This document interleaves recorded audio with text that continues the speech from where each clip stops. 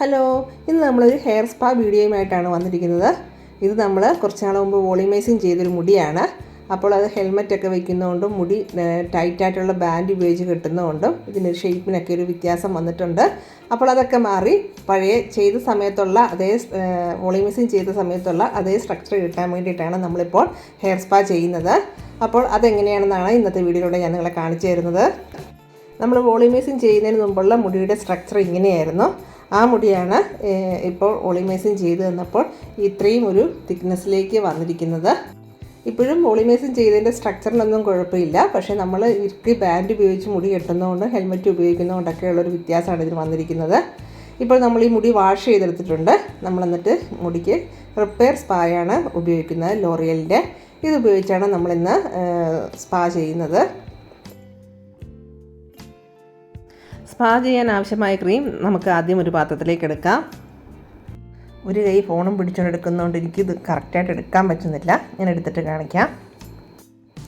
ആവശ്യത്തിന് ക്രീം പാത്രത്തിലെടുത്തതിന് ശേഷം നമ്മൾ അതിൽ നിന്ന് കുറേശ്ശെ എടുത്ത് സ്കാൽപ്പിലും ഹെയറിലും ഒക്കെ നന്നായി തേച്ച് പിടിപ്പിക്കുന്നു. അതിനുശേഷം നല്ലൊരു മസാജിങ് കൊടുക്കുന്നു.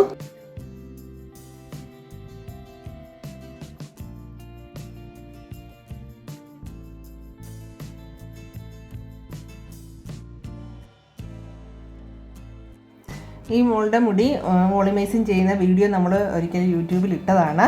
അന്ന് ഒരുപാട് നെഗറ്റീവ് കമൻസ് നമുക്ക് കിട്ടി.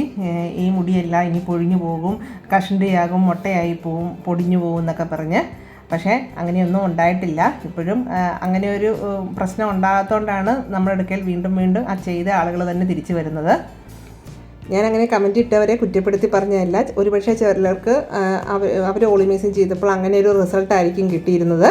പക്ഷേ ഞാനിപ്പോഴും പറയുന്നു, നമ്മൾ വോളിമൈസിങ് ചെയ്യുന്നത് വെലോസിറ്റി ലോഷൻ ഉപയോഗിച്ചിട്ടല്ല. വെലോസിറ്റി ലോഷൻ ഉപയോഗിച്ച് വോളിമൈസിങ് ചെയ്യുമ്പോഴാണ് ഇങ്ങനത്തെ പ്രോബ്ലംസൊക്കെ ഉണ്ടാകുന്നത്. നമ്മളിവിടെ സ്മൂത്തനിങ് ക്രീം ഉപയോഗിച്ച് തന്നെയാണ് വോളിമൈസിങ് ചെയ്യുന്നത്. അതുകൊണ്ട് വലിയ ഡാമേജും കാര്യങ്ങളൊന്നും മുടികൾക്ക് ഇതുവരെ ഉണ്ടായിട്ടില്ല. ചെയ്ത എല്ലാ കസ്റ്റമേഴ്സും ഹാപ്പിയാണ്. പണ്ടൊക്കെ എല്ലാവരും വെലോസിറ്റി ലോഷൻ ഉപയോഗിച്ച് തന്നെയാണ് വോളിമൈസിങ് ചെയ്തുകൊണ്ടിരുന്നത്. ഇപ്പോൾ അടുത്ത കാലത്തായിട്ടാണ് സ്മൂത്തൻ ക്രീം വെച്ചും നമുക്കിങ്ങനെ ചെയ്യാമെന്ന് അറിഞ്ഞതെല്ലാവരും. അപ്പോൾ അങ്ങനെയും ചെയ്യുന്ന ആൾക്കാരുണ്ട്. അവർക്ക് നല്ല റിസൾട്ടും കിട്ടുന്നുണ്ട്. അതുകൊണ്ട് പ്രോപ്പറായിട്ട് ചെയ്യുവാണെങ്കിൽ ഇതിനൊരു പ്രശ്നവും ഉണ്ടാകില്ല എന്നുള്ളത് തന്നെയാണ് നമ്മുടെ ഇത്ര നാളത്തെ അനുഭവത്തിൽ നിന്ന് നമുക്ക് മനസ്സിലാകുന്നത്.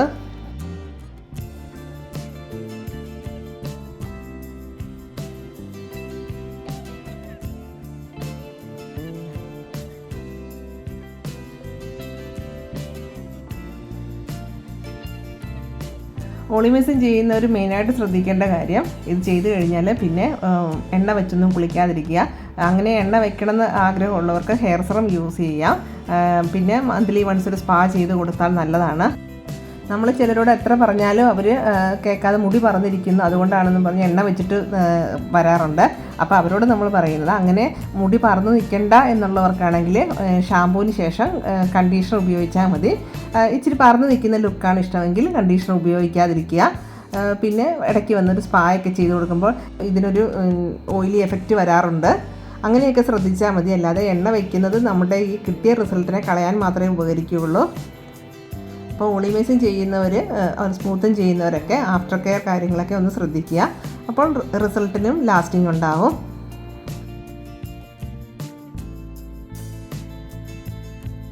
പിന്നെ സ്മൂത്തനാണെങ്കിലും വോളിമൈസിങ് ആണെങ്കിലും ചെയ്ത് കഴിഞ്ഞതിന് ശേഷം ചിലർ നല്ല ടൈറ്റായിട്ടുള്ള ബാൻഡുകൾ ഉപയോഗിച്ച് മുടി സ്ഥിരമായിട്ട് ഒരു സ്റ്റൈലിൽ തന്നെ കെട്ടാറുണ്ട്. അങ്ങനെ ചെയ്യുന്നവർക്കും ആ ഭാഗത്ത് മാത്രം ഒരു വളവ് വരാറുണ്ട്. അപ്പോൾ ഒരുപാട് ടൈറ്റായിട്ടുള്ള ഹെയർ സ്റ്റൈലുകളൊന്നും ചെയ്യാതിരിക്കുക. അങ്ങനെയുള്ള കൊച്ചു കൊച്ചു കാര്യങ്ങളൊന്ന് ശ്രദ്ധിച്ചാൽ നമ്മുടെ റിസൾട്ടിൽ നല്ല ലാസ്റ്റിംഗ് ഉണ്ടാകും.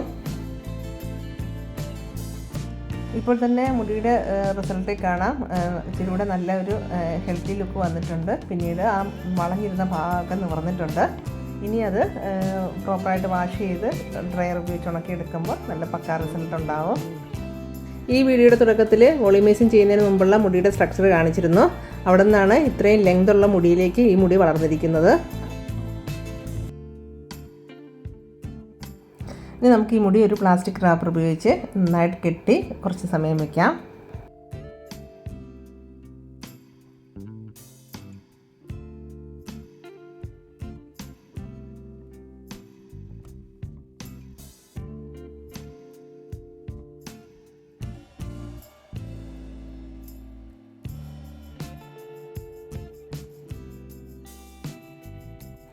ഇനി ഇത് കുറച്ച് സമയം ഇങ്ങനെ തന്നെ ഇരിക്കട്ടെ. അതിനുശേഷം നമുക്ക് വാഷ് ചെയ്യാം.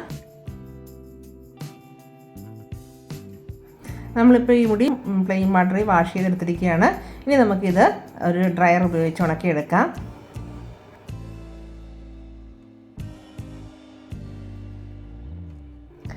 ഇപ്പോൾ തന്നെ മുടിയുടെ ആ ചുളിവൊക്കെ മാറി നല്ല വോളിയമുള്ള രീതിയിൽ മുടി വന്നിട്ടുണ്ട്. മുടിയുടെ സ്ട്രക്ചറിനൊന്നും ഒരു കുഴപ്പമില്ലായിരുന്നു. നമ്മൾ പിന്നെ ഡെയിലി ഒരേ സ്റ്റൈലിൽ ആ ഭാഗം വളച്ച് കെട്ടുന്നതുകൊണ്ടൊക്കെ ആയിരുന്നു ഒരു വളവ് വന്നത്. അതൊക്കെ ഇപ്പം നിവർന്ന് മുടി നല്ല ഭംഗിയായിട്ട് വന്നിട്ടുണ്ട്.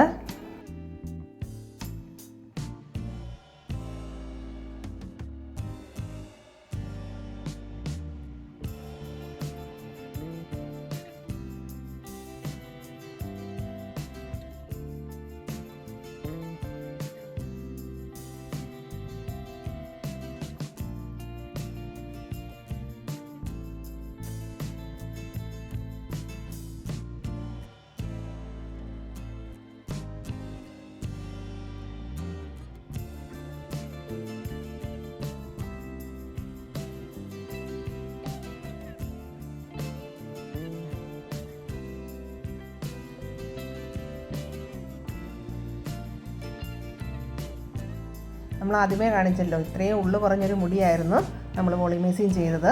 അവിടെ നിന്നാണ് മുടിക്ക് ഇപ്പോൾ കാണുന്ന രീതിയിലൊരു മാറ്റം ഉണ്ടായിരിക്കുന്നത്. ഇത് നേരത്തെ ചെയ്തതാണ്. റിസൾട്ടിൽ വലിയ വ്യത്യാസമൊന്നും വന്നിട്ടില്ല. അപ്പോൾ ഇതായിരുന്നു ഞങ്ങളുടെ ഇന്നത്തെ കൊച്ചു വീഡിയോ. അപ്പോൾ നമുക്കിനി അടുത്ത വീഡിയോയിൽ കാണാം. അതുവരെ bye bye. Thanks for watching.